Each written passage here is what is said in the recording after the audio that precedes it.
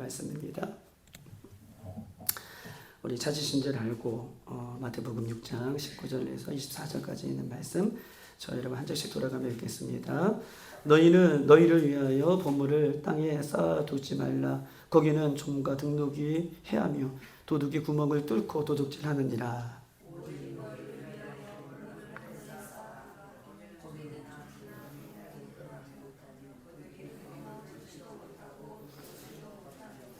내 보물이 있는 그곳에 내 마음도 있느니라.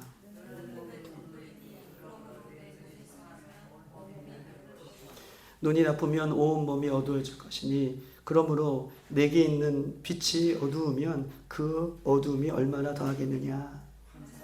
두 주인을 섬기지 못할 것이니 혹 이를 미워하고 저를 사랑하거나 혹 이를 중히 여기고 저를 경히 여김이라. 너희가 하나님과 재물을 겸하여 섬기지 못하느니라. 우리 27절까지 읽겠습니다. 제가 25절 읽고 여러분 26절 읽고 함께 27절 읽겠습니다. 그러므로 내가 너에게 이르노니 목숨을 위하여 무엇을 먹을까 무엇을 마실까 몸을 위하여 무엇을 입을까 염려하지 말라. 목숨이 음식보다 중요하지 아니하며 몸이 의복보다 중요하지 아니하느냐니.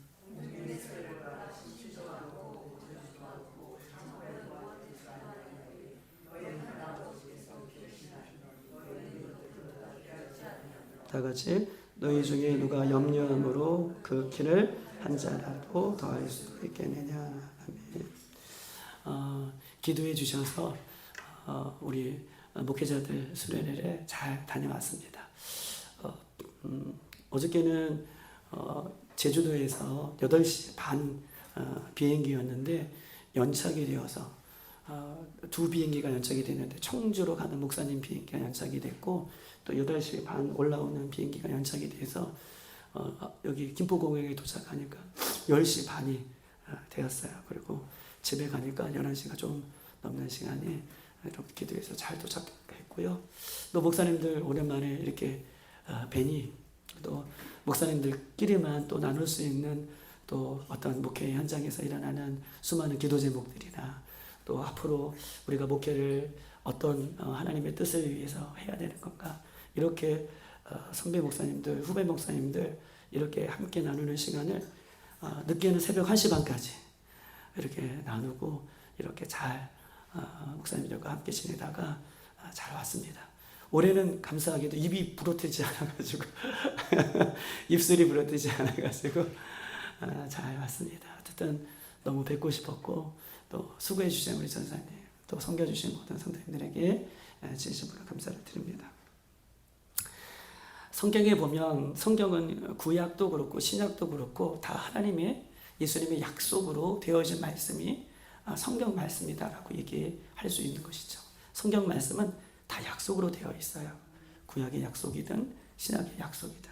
그런데 이 약속은 말씀에 대한 약속은 미래적인 차원과 현재적인 차원을 두 가지를 다 공유한다는 거예요.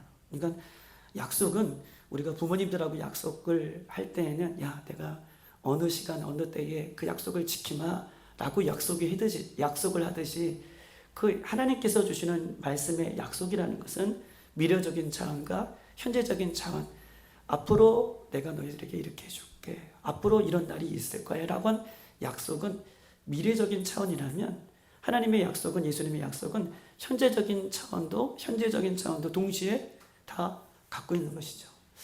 어떤 이야기냐면 우리 아는 장로님이 계시는데 그 아는 장로님의 형님 장로님이 예수 그리스도를 믿고 얼마나 예수님을 잘 믿었는지 늘 그 장로님의 일과가 있는데 밖에서 이제 일을 하시고 집에 들어오시면 식사를 하시고 목욕을 다 하시고 그 다음에 주무시기까지 뭐 뉴스나 이런 거 바라보지 않고 주무시기까지 항상 말씀을 펴놓고 말씀을 읽다가 주무시는 것이 그 형님 장로님의 모습이라는 거예요. 그래서 그날도 그 장로님의 형님이 들어오셔서 이제 식사를 하시고 씻고 식사를 하시고 그 다음에 주무시기까지 말씀을 읽다가 이렇게 펼쳐놓고 말씀을 읽다가 주무셨나 봐요. 그런데 새벽에 일어났더니 기침이 없다는 거예요. 그래서 들어가 봤는데 그 장로님의 형님이 건강하신 장로님이셨어요. 어떤 지병이나 어떤 다른 약을 복용하거나 이런 것이 전혀 없으셨는데 다음날 아침에 일어나 보니 성경이 펴져 있고 성경 옆에 이렇게 돌아가신 모습으로 이렇게 계신 거예요. 즉 우리가 하나님의 약속이라는 것은 먼 미래에 그렇게 하나님의 말씀대로 되어질 것이라고 하는 미래적인 차원이 있지만 오늘이에요. 오늘 현재 그 말씀이 유효하고 그 약속이 이루어진다. 그 약속이 말씀이 이루어지고 있다라고 하는 차원에서 볼 때에는 그 하나님의 약속은 미래적인 의미와 현재적인 의미를 동시에 갖고 있어요. 그 장로님이 오늘 그 시간대에 그렇게 돌아가실지는 아무도 모르시는 거죠. 하나님께서 그 시간에 불러주셨기 때문에 그 현재 시간에 불러주셨기 때문에 그 장로님이 성경을 읽다가 성경을 이렇게 펴놓으시고 어떤 고통도 없이 이렇게 영원한 안식에 들어가셨다라고 하는 제가 아는 지인 장로님의 간증을 제가 들은 적이 있어요.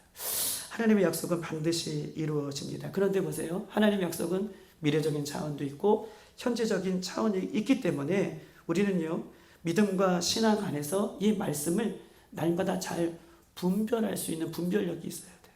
이게 나에게 내 신앙 안에서 미래적인 의미도 있지만 현재적 이 말씀이 나에게 지금 현재 나에게 주시는 이 말씀이라는 것을 분별이 없을 때에는 어떻게 해요? 항상 미래적인 이야기에 미래적인 말씀으로만 국한되어 있기 때문에 현재적 이 말씀이 내 삶 가운데 들어와서 나를 변화시키거나 나를 새롭게 하는 어떻게 해요? 말씀으로 못 받는 거예요.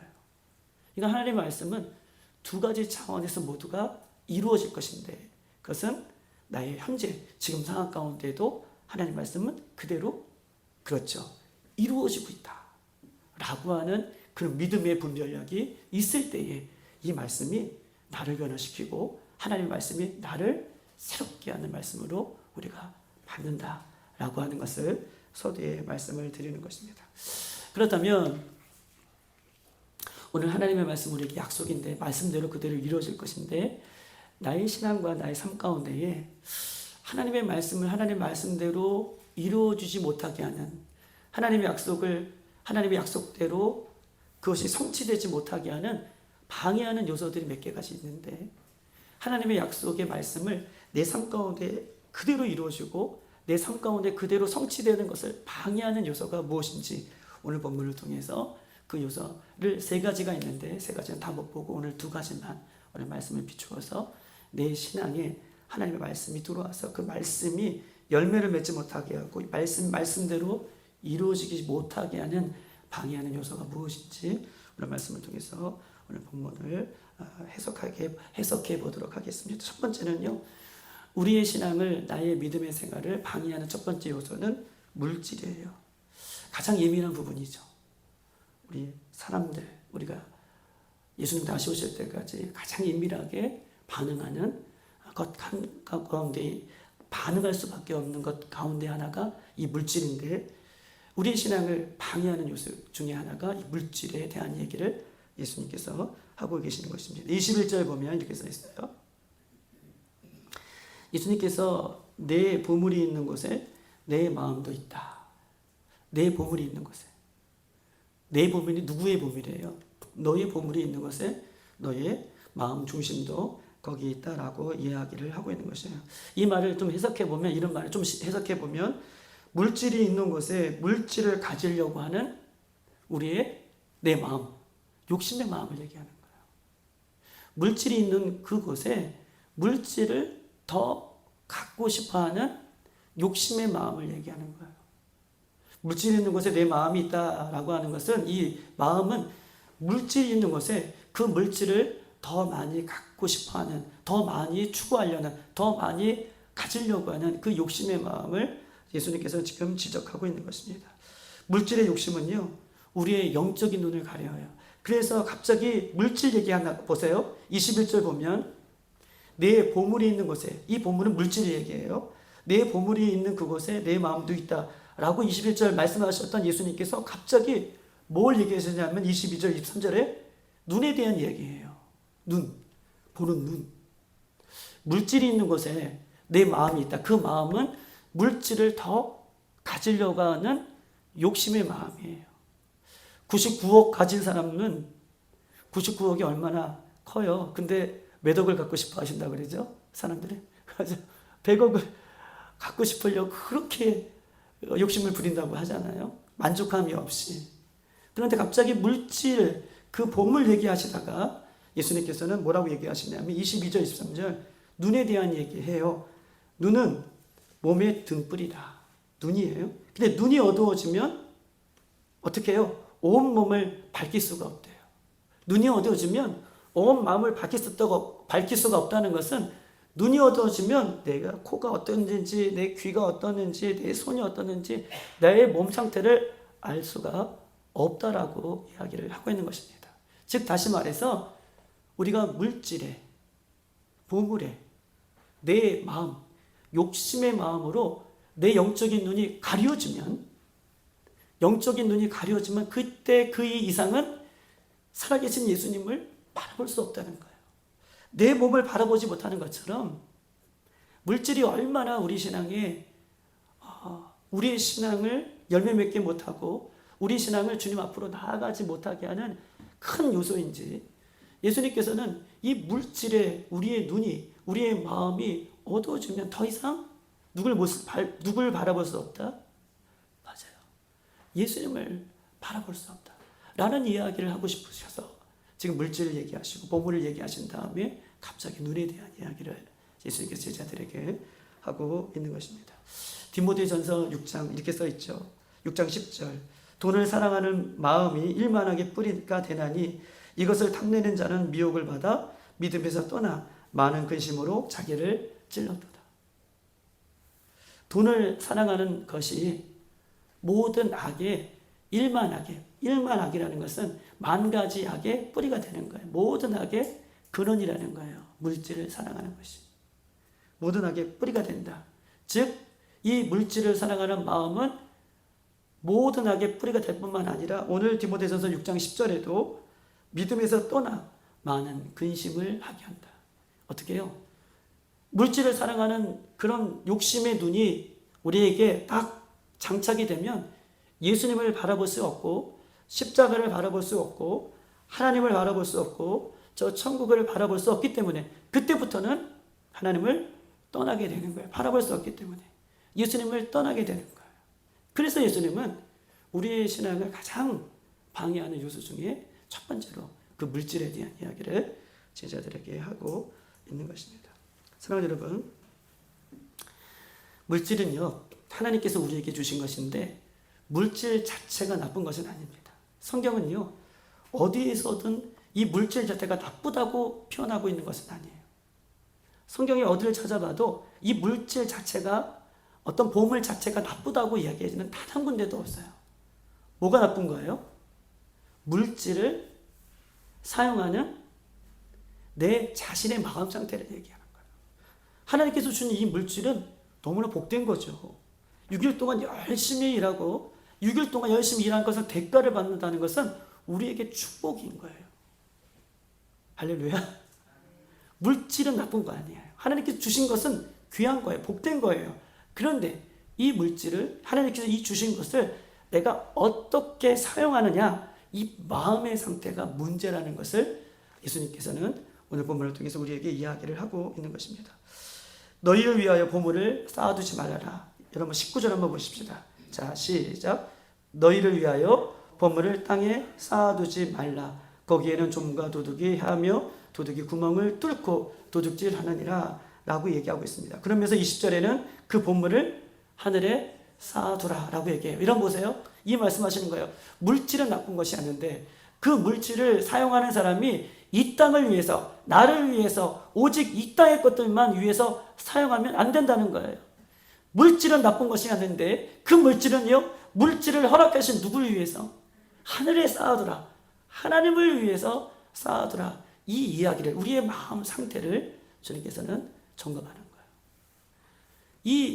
이것이 잘 우리가 점검하고 이것이 해소가 되지 않으면 가장 나는 지금 뭐 없으니까, 나는 뭐 있으니까 이것 떠나서 목회자든 선교사님들이든 성도들이든 이 세상을 살아가면서 제일 많이 넘어지게 하는 요소가 물질이기 때문에 가장 첫 번째 이 예수님께서 지금 제자들에게 이 이야기를 하고 있는 거예요. 땅에 쌓아두지 말아라. 이 땅을 위해서 그 물질을 사용하는 것이 아니라 저 하늘나라를 위해서 하나님을 의해서 물질을 사용해야 된다. 그 이유는 무엇일까요?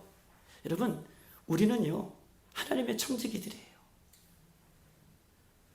우리는 예수님의 청지기예요. 청지기는 뭡니까? 청지기는요, 주인이 잠시 그 종들에게 청지기, 주인이 해야 되는데 부득불 너가 좀 맡아서 해다오, 맡겨주셔서 그 임무를 감당하게 하는 것이 청지기예요. 사랑하는 여러분, 하나님께서 소중한 것을 나에게 맡길 필요가 없으세요. 주인이 나에게 맡길 필요가 없으세요. 주인은 얼마든지 그것을 해낼 수 있는 능력이 있으세요. 더 좋은 사람에게도 맡길 수 있으세요. 그럼에도 불구하고 내가 해야 될 일을 부득불 네가 잘할 것을 믿고 해줄 것을 믿고 하나님께서는 가장 귀한 것을 우리에게 맡겨주셨어요. 그러면 이 하나님께서 나에게 이 소중한 것을 맡겨주셨으면 그것은 나를 위해서 쓰는 것이 아니라 누구를 위해서? 맡겨주신, 그렇죠, 주인을 위해서 사용하는 것이 청지기의 사명인 거예요. 나를 위해서 쓰는 것이 아니라 맡겨주신 그의 뜻대로, 맡겨주신 주님의 기쁨으로, 맡겨주신 그 주님의 은혜대로 그것을 사용하고 관리하는 것이 청지기의 사명인 것입니다. 여러분, 마태복음 19장 우리가 뒤로 넘어가면 16절에 부자 청년이 예수님 앞에 나옵니다. 예수님, 부자 청년이요, 예수님의 소문을 듣고 어쨌든 나왔어요. 근데 이 부자 청년이 뭘 물어보냐면 영생에 관한 얘기를 해요. 와, 구원받고 싶은 거죠. 영원한 생명. 예수님을 찾아가면 그 영원한 생명을 얻을 거라고 생각했어요. 예수님, 어떻게 하면 영생을 얻을 수 있습니까? 라고 물어봅니다. 마태복음 19장 17절에 보면 예수께서 대답하시죠. 내가 영생을 얻고자 하느냐? 라고 물어보시고, 그러면 뭘 지켜라? 계명? 맞아요. 계명들이에요. 17절에 보면 계명들을 지켜라 라고 얘기해요. 그때의 18절, 그 청년이, 부자 청년이 예수님 앞에 나와 어느 계명을 지키리까? 라고 물어봅니다. 그때 예수님께서 말씀하고 계시죠. 살인하지 말라, 간음하지 말라, 도둑질 말라, 거짓 증언하지 말라, 내 부모를 공경하라, 내 이웃을 내 몸과 같이 사랑하라 라고 하는 이 계명들을 쭉 얘기할 때에 그 청년이 이 모든 것을 내가 다, 이 계명들을 다 지켰나이다 라고 얘기해요. 그러면서 아직도 내가 더 지킬 것이 무엇입니까? 라고 예수님 앞에 그 청년이 묻습니다. 21절, 내 소유를 팔아 가난한 자에게 나눠주고, 그리고 하늘의 보화를 어떻게 해요? 하늘에서 보화가 내게 있느니라. 가난한 사람들에게 나눠주면 그 보화가 하늘에 쌓이게 된다라는 것을 이야기하면서 뭐라고 얘기하냐면, 그리고 와서 가난한 자에게 모든 보화를 너가 가지고 있는 것을 다 나눠주고, 그리고 와서 나를 따르라.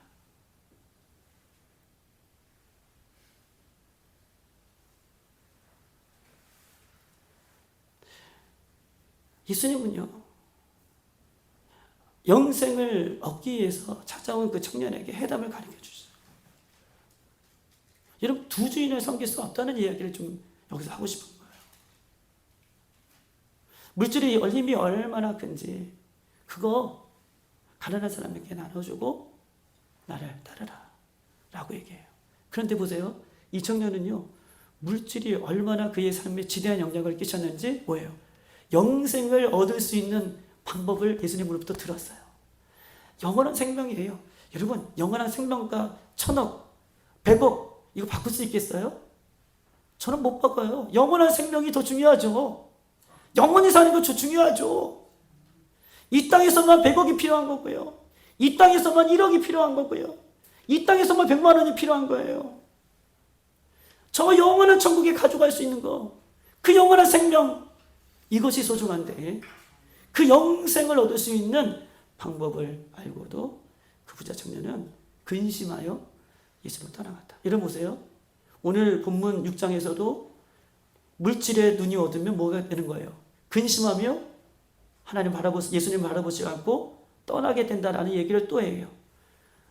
마태복음 19장에도 그 영생에 얻는 방법을 알고도 예수님 앞에 근심하여 예수님을 선택한 것이 아니라 예수님을 떠나가는 것을 선택합니다. 여러분, 그 뒷장에 19장 뒷절에 보면 8절 앞절에 보면 이렇게 써 있어요. 주여 보소서, 내 소유를 절반이나 가난한 자에게 나누어 줬나이다. 만일 누구의 것을 더 빼앗았다면 나는 4배나 갚겠나이다 라고 한 사람이 있어요. 여러분 아시다시피 삭개오예요. 삭개오는 그의 직업이 뭐죠? 세리의 장입니다. 여러분, 세리의 장은 어떤 직분을 갖고 있어요? 로마가 그 당시에 패권을 장악할 때에 로마를 대신해서 민족의 고륙을 뺏어 먹는 사람이에요. 로마가 다 유대인들에게 세금을 거둘 수 없으니 유대인 출신 중에서 조금 로마의 말을 잘 들을 수 있는 사람들을 뽑아가지고 그 유대인을 향하여 이 로마를 향해서 세금을 거둘 수 있도록 그 맨 선두에서 징집을 하는 거예요. 근데 징집을 할 때 법대로 하겠죠. 내가 오늘 못 살아요. 돈이 없어요. 갚을 돈이 없어요. 그래도 억지로 어떻게 해요? 빼앗아라도 로마에 세금을 내게 하는 그런 민족의 고륙을 빼앗아먹었던 사람이 뭐예요? 세리장이죠. 또한 이 세리장에게 얼마나 많은 사람들이 뒷돈으로 여러분 잘 봐달라고 갖다 줬겠습니까? 그래서 세리장은요, 사람들에게 늘 외면을 당했던 사람이에요. 그런데 예수님을 만나자 지금 그가 변해됐죠. 뭐예요? 물질을 가난한 사람에게 나눠줄 뿐만 아니라 억지로 빼앗은 사람이 있다면 내가 4배나 갚겠나이다 라고 그가 그렇게 이야기하고 예수님으로부터 어떻게 해요? 예수님 만나고 구원받는 은혜가 이 지금 세리장이었던 삭개오의 인생 가운데 나타나는 것을 보게 되는 것입니다. 사랑하는 여러분, 우리는요, 물질이 우리의 주인이 아니에요. 우리는 예수님이 우리 인생의 주인이십니다. 우리는 단지 청직이에요. 여기서 물질이라는 것은 물질만 얘기하는 것이 아니에요. 보물만 얘기하는 것이 아니에요. 가장 소중한 것을 얘기하는 거예요. 예수님은 우리에게 가장 소중한 것을 이야기하면서 몸도요, 우리가 아주 귀하게 생각하는 이 몸도, 우리가 생각하는 시간도 다 하나님의 것이기 때문에 하나님의 마음에 합당하게 우리가 써야 된다는 것을 얘기하는 것이에요. 여러분, 우리가 소중하게 생각하는 자녀들도요, 자녀들 내 것이 아니에요. 하나님께서 우리에게 맡겨주시는 거예요. 선물입니다. 이 아이들도 하나님의 기쁨으로 하나님의 영광을 위하여서 아이들을 잘 섬겨야 되는 것이죠. 여러분, 보물, 이 하나님께서 우리에게 맡겨주신 것, 가장 소중하게 생각하는 것, 이것이 우리의 인생의 주인이 아니라 그것을 주시는 예수님이 우리 인생의 주인이세요. 이렇게 주인으로 모시고 온전히 믿고 온전히 신뢰하는 사람만이 영원한 생명을 소중하게 얻을 것이다 라고 하는 이야기를 오늘 본문은 우리에게 이야기를 하고 있는 것입니다. 사랑하는 여러분, 그렇게 살지 않으면요, 22절이에요. 오늘 본문을 보십시다. 6장 22절. 그렇게 살지 않으면 22절이죠. 다시 한번 보십시다. 시작. 눈은 몸의 등불이니 그러므로 내 눈이 성하면 온 몸이 밝을 것이고, 23절. 눈이 나쁘면 온 몸이 어두워질 것이니 그러므로 내게 있는 빛이 어두워지면 그 어둠이 어떻게 해요? 어둠이 얼마나 더하겠느냐. 맞아요. 부자 청년은요, 재물로 인하여 자기의 눈이 어두워졌어요.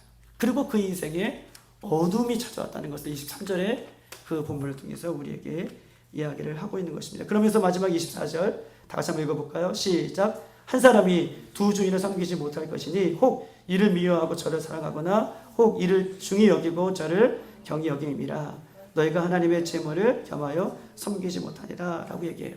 여러분 보세요. 주인을 얘기하면서 두 주인을 섬기지 못한다라고 하나님께서, 예수님께서 말씀하십니다. 그런데 섬기다, 두 주인을 섬기지 못한다라고 하는 이 말들이 있는데, 이 섬기다는 단어는 단순히 섬기다는 뜻이 아니에요. 이 섬기다라고 하는 이 헬라 동사는요, 순종하다라는 뜻을 갖고 있어요. 두 주인에게 어떻게 해요? 순종한다. 두 주인에게 순종할 수 없다라는 것을 이야기합니다. 여러분, 인생에서 가장 무엇인가를 우리가 소중하게 생각하면 그 소중하게 생기는 것을 우리가 섬기는 것인데 그 소중하게 생각하는 것에 우리가 순종하게 되어 있고 결국은 그것을 따르게 되어 있다는 것을 말하는 거예요. 여러분 보십시다. 두 주인을 섬길 수 없다라고 얘기해요. 두 주인이에요. 꼭 주인을 얘기해요. 주인. 인생의 주인이 된 것처럼 그 두 주인을 섬길 수 없다. 근데 이 섬기다라는 것은 순종하다라는 뜻과 같은 맥락을 이용해요. 우리가요, 예수님을 섬기면요, 예수님 앞에 순종하는 것으로 이어지는 거예요. 우리가요, 물질을 섬기면요, 물질이 주인 되면 물질을 섬기는 것이 아니라 물질이 뭐가 되는 거예요? 내가 가져요. 종처럼 그 물질 밑에 순종하게 되어 있다는 것을 이야기를 지금 하고 있는 것입니다. 여러분, 주인이라고 하는 단어는요, 헬라어에 두 가지 의미가 있는데, 첫 번째 이거예요. 이 주인이라는 것은요, 두 개 중에 하나를 쓰는 표현이 있어요. 보세요. 다시 말하면, 이러 보세요. 사과가 있어요. 사과가 하나, 둘, 셋, 넷. 배가 하나, 둘, 셋, 넷. 이것은 같은 종류죠. 같은 종류를 표현할 때 주인이라고 표현하는 게 있고, 보세요. 사과, 배, 감, 호박. 이것은 서로가 종류가 다르죠. 그러니까 주인이라는 것은 같은 종류를 얘기할 때 주인이라는 표현도 있고, 이 주인이라는 것은 서로 다른 것을 이야기할 때 주인이라고 하는 것을 얘기해요. 그런데 오늘 예수님께서는 같은 종류의, 즉 하나님, 예수님, 어떤 성령님 이런 차원에서 같은 종류를 얘기하는 것이 아니라 두 주인이라는 것은 완전히 다른, 하나님과 정반대되는 이야기를 하고 싶어서 두 주인이라는 표현을 쓰는 거예요. 같은 종류의 것을 사과, 배 이런 같은 종류가 아닌 것이, 같은 종류가 아니라 완전히 다른, 사과, 배 완전히 다르죠. 수박, 호박 완전히 다르죠. 완전히 다른 것을 표현하기 위해서 예수님이 뭐라고 얘기하냐면 두 주인, 다른 주인, 전혀 다른 주인을 어떻게 해요? 나누어서 얘기하는 거예요. 서로 다른 거예요. 서로 다른, 서로 완전히 다른 것을 이야기해 보셔서 예수님께서는 두 주인이라는 거는 표현을 서로 다른 모습으로 이야기를 하고 있는 것입니다. 24절. 근데 이 24절에 보면 두 주인을 얘기하면서 두 주인 중에서 24절을 보면 하나님과 재물이에요. 재물을 하나님 위치에 올려놓고 있어요. 두 주인을 얘기하면서 완전히 다른 것인데, 성령님과 완전히 다르고 예수님과 완전히 다르고 하나님과 완전히 다른 것인데 주인이라고 표현하면서 그 주인 종류 중에 하나가 뭐예요? 보물이라는 거예요. 물질이라는 거예요.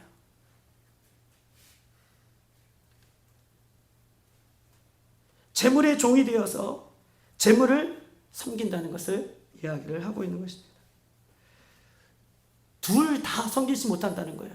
둘 중에 하나만 섬길 수 있다는 거예요. 여러분, 하나님도 섬기고 물질도 섬기고 오케이, 예스가 아니에요. 여기 두 주인을 섬길 수 없다는 것은 그 중에서 하나만 섬기게 되는데, 이해되셨죠? 그래요, 장로님 맞아요. 두 주인을 절대로 섬기지 못한다는 것을 강조하는 거예요. 내가 예수님 믿습니다. 그러면서 물질의 종이 되어서 살아가요. 그렇게 못한다는 거예요.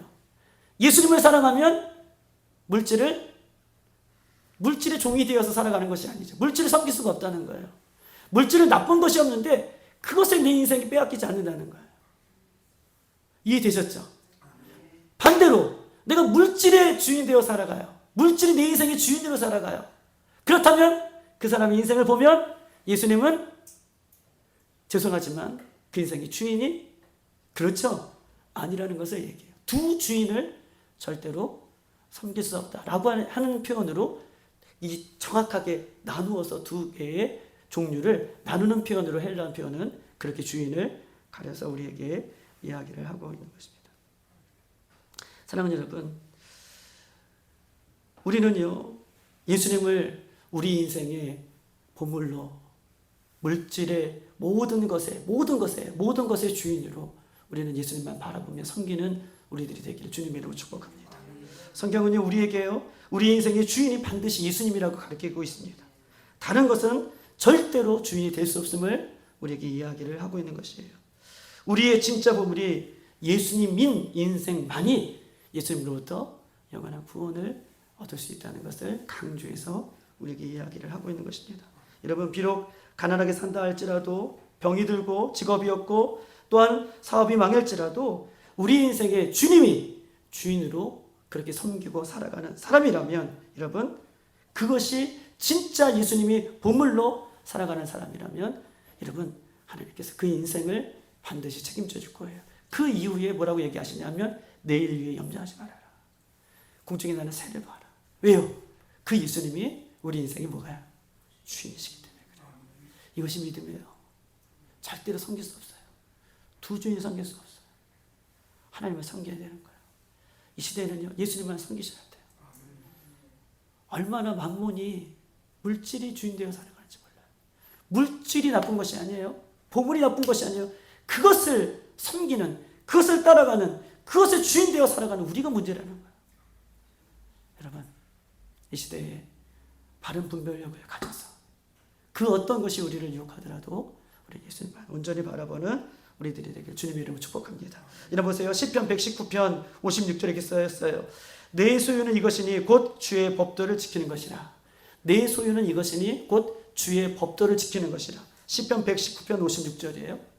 내 소유는 이것이니 주의 법도를, 말씀을 지키는 것이 내 소유다라고 말씀하고 계십니다. 여러분, 우리의 참된 소유는요, 우리의 코에, 코끝에서 호흡이 멈춰 서는 순간, 내 호흡이, 내 인생의 호흡이 멈춰 서는 순간, 이것을요, 하나님 나라에 가져갈 수 있는 것만이 참된 소유예요. 소유가 그래요. 소유라는 개념, 내 것이라는 개념은요, 내 것이 영원한 것이, 영원히 내 것이 되려면, 영원히 내 것이 되는 것은 무엇이냐?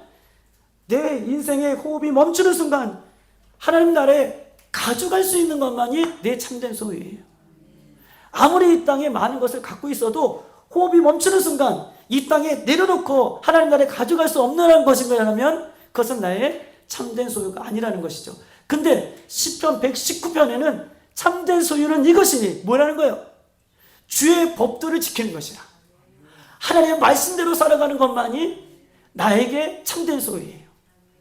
오늘 말씀을 듣고, 그렇구나, 난 평소에 무엇을 추구하는지, 난 평소에 무엇을 바라보는지, 난 평소에 이것이 있고 없는 것 때문에 내 인생이 막 화가 나고 짜증이 나고 내 인생을 왜 이렇게 살아가야 되느냐 라고 고민하고 화가 나고 어려워하신다면, 여러분, 그것을 의지하고 살아가는 거예요.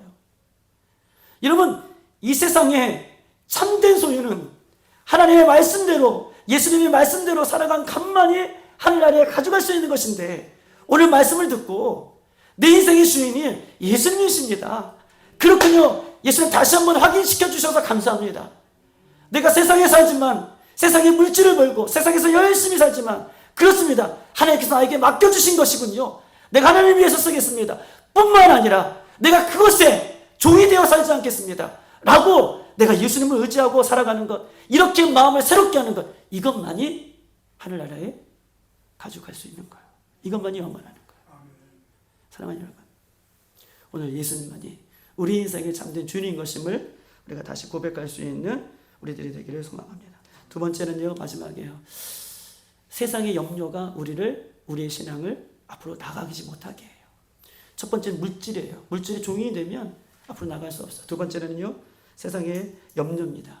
물질은 외형적인 것이라면 염려는요, 내적인 것이에요. 내적인 것이 우리를, 신앙을 가로막게 한다는 것이 27절 보면, 오늘 본문에 6장 27절, 너희 중에 누가 염려함으로 그 키를 한 자라도 더할 수 있느냐라고 얘기합니다. 너희 중에 염려함으로 그 키를 한 자라도 줄 수 있느냐. 즉, 염려는요, 아무 쓸데가 없는다는 것을 얘기해요. 염려해라, 그러면 키가 더 커질 거야. 염려해라, 잠 잘 잘 거야. 아니라는 거예요. 키를 한 자라도 더 키울 수 있다는 것은, 염려는 백해? 절대 백해 무익하다는 것을 예수님이 말씀하고 계십니다. 여러분 보세요. 염려는요, 믿음의 반대가 염려예요. 염려는 왜 하게 되느냐? 하나님의 말씀 믿지 못하기 때문에 염려가 되는 거예요. 살아계신 하나님을 믿지 못하기 때문에 염려가 되는 거예요. 염려는 살아계신 예수님을 믿지 못하기 때문에 생기는 것이 염려입니다. 25절, 그러므로 내가 너에게 이르노니 목숨을 위하여 무엇을 먹을까 무엇을 마실까 몸을 위하여 무엇을 입을까 염려하지 말라. 목숨이 음식보다 중요하지 아니 몸이 의복보다 중요하지 않느냐 라고 얘기하고 있어요. 여러분, 목숨이에요. 목숨이 뭘까요? 목숨이 의복보다, 먹는 것보다 중요하지 않다. 목숨이 뭐예요? 그래서 염려하지 말라는 거예요. 목숨이 의복보다, 입는 것보다, 먹고 사는 것보다 중요하지 않다. 목숨을 위해서 살라는 거예요. 목숨이 뭐예요? 목숨을 따져보니까요, 두 가지 의미가 있어요. 목숨이라는 것은요, 첫 번째, 이 단어의 뜻은요, 육을 얘기해요. 목숨할 때, 목숨이라는 것은 두 가지 얘기하는 건데, 첫 번째 1차적인 것은 내 육체를 얘기해요. 목숨할 때 내 육체. 그리고 목숨할 때의 이 두 번째 의미는요, 내 육체 안에 있는 영생을 얘기해요. 목숨 안에 있는, 우리가 하나님께서 창세기 보면 사람을 흙으로 창조하시고 그 코에 생기를 부어넣으셨잖아요. 영원한 생기를 부어넣으셨잖아요. 영이 있잖아요. 그러니까 목숨이라는 것은 내 육을 얘기하고 내 육 안에 있는 영을 얘기해요. 그런데 보세요. 예수 그리스도를 믿는 우리들은, 우리 하나님께서 우리의 영혼을, 육을 모두가 책임져 주신다는 거예요. 그렇기 때문에 내가 무엇을 먹을까, 무엇을 입을까 염려하지 말라는 거예요. 여러분, 내 육만 책임져 줘도 감사한데 내 안에, 몸 안에 있는 영까지도 우리 주님께서 책임져 준다는 거예요. 그게 목숨이에요. 목숨이라는 것은 몸도 얘기하고 있고 내 몸 안에 있는 영도 얘기하고 있는데, 우리 주님만이 너희의 목숨을 책임져 주시는 분이 우리 하나님이라는 거예요. 우리 주님이 우리의 목숨을 책임져 주세요. 그러니 염려하지 말아라. 무엇을 입을까? 무엇을 먹을까? 그러면 목사님 공부 안 해도 됩니까? 일하지 않아도 됩니까? 아니에요. 열심히 일하셔야죠. 열심히 공부하셔야죠. 열심히 공부하고 열심히 일하세요. 왜냐하면 그 뒤에 모든 것을 책임져 주신 분 누구예요? 아멘.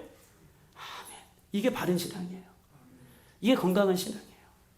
이렇게 살아갈 것을 이야기하고 있고, 그 염려는 주님 앞에 맡기라는 거예요. 어떻게 될까? 저렇게 될까? 염려하는 거. 하나님을 믿지 못하고, 살아계신 예수님을 믿지 못하고, 말씀을 믿지 못하고 생기는 모든 염려는 예수의 십자가 앞에 못 박으라는 거예요. 여러분에게 늘 얘기하는 것처럼 여러분 그렇습니다. 저는 부족한 종이지만 가끔 기도해달라고 이렇게 오시잖아요. 상담도 하시고 그러면 위로해드리고 말씀 가운데 기도해드리면 목사님 감사합니다라고 편한 마음으로 돌아가시죠. 그리고 또 감사한 것은 얼마 지나서 목사님 기도 응답됐어요 라고 한다면 얼마나 감사한지 몰라요. 그런데 보세요. 오늘 예수님은요, 문목사가 아니라 염려하지 말아라, 근심하지 말아라, 누가 얘기해 주는 거예요?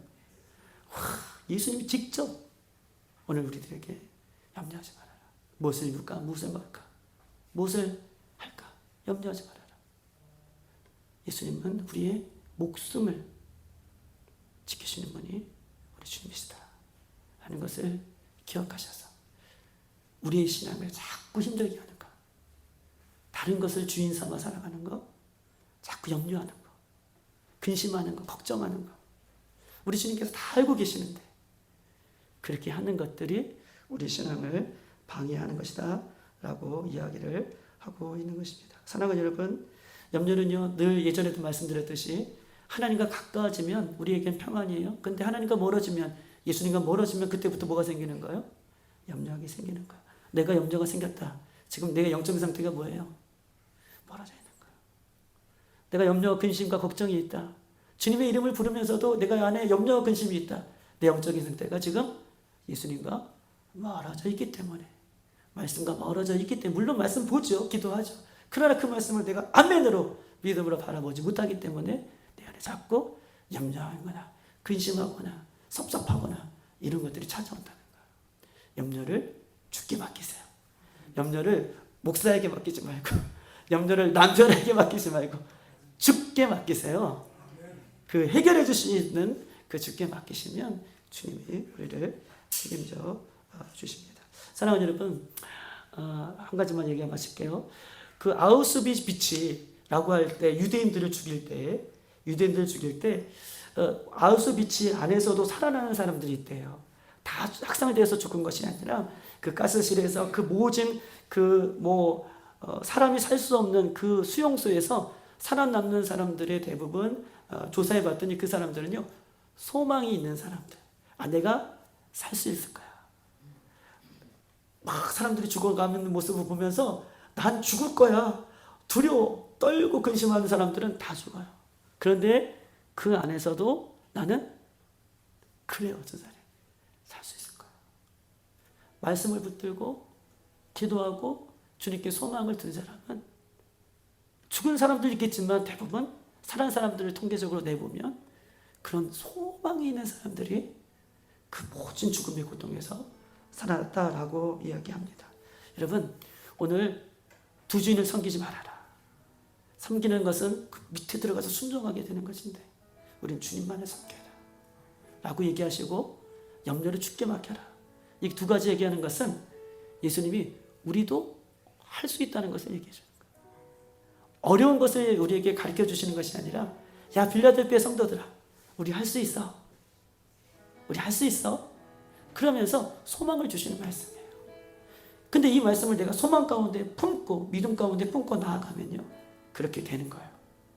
말씀 역사가 일어납니다. 말씀으로 세워주는 거예요. 왜요?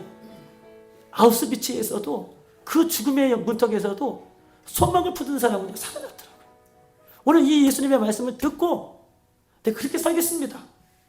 주님 그렇게 나를 인도해 주실 것을 믿습니다. 내 염려를 주께 맡깁니다. 내 인생의 주인은 주님이십니다. 늘 우리가 들은 말씀이 아니라 새롭게 오늘 마음을 품고 살아간다면 주님께서 우리를 오늘 새로운 힘을 공급해 주실 것입니다. 사랑하는 여러분, 저는 우리 빌라델피아가 좋습니다. 저는 우리 빌라델피아의 성도들이 좋습니다. 예수님 다시 오실 때까지 함께 그렇게 지어져 가자고요. 말씀만 붙들고 가자고요. 그 주님만을 바라보자고요. 두 주인은 안 돼요. 오직 예수님이 우리 인생의 주인으로 염려와 근심과 걱정들 여러분 주님께 맡기십시오. 주님께서 우리를 그렇게 인도해 주시길 믿습니다. 이 시간 다 같이 한번 기도하도록 하겠습니다.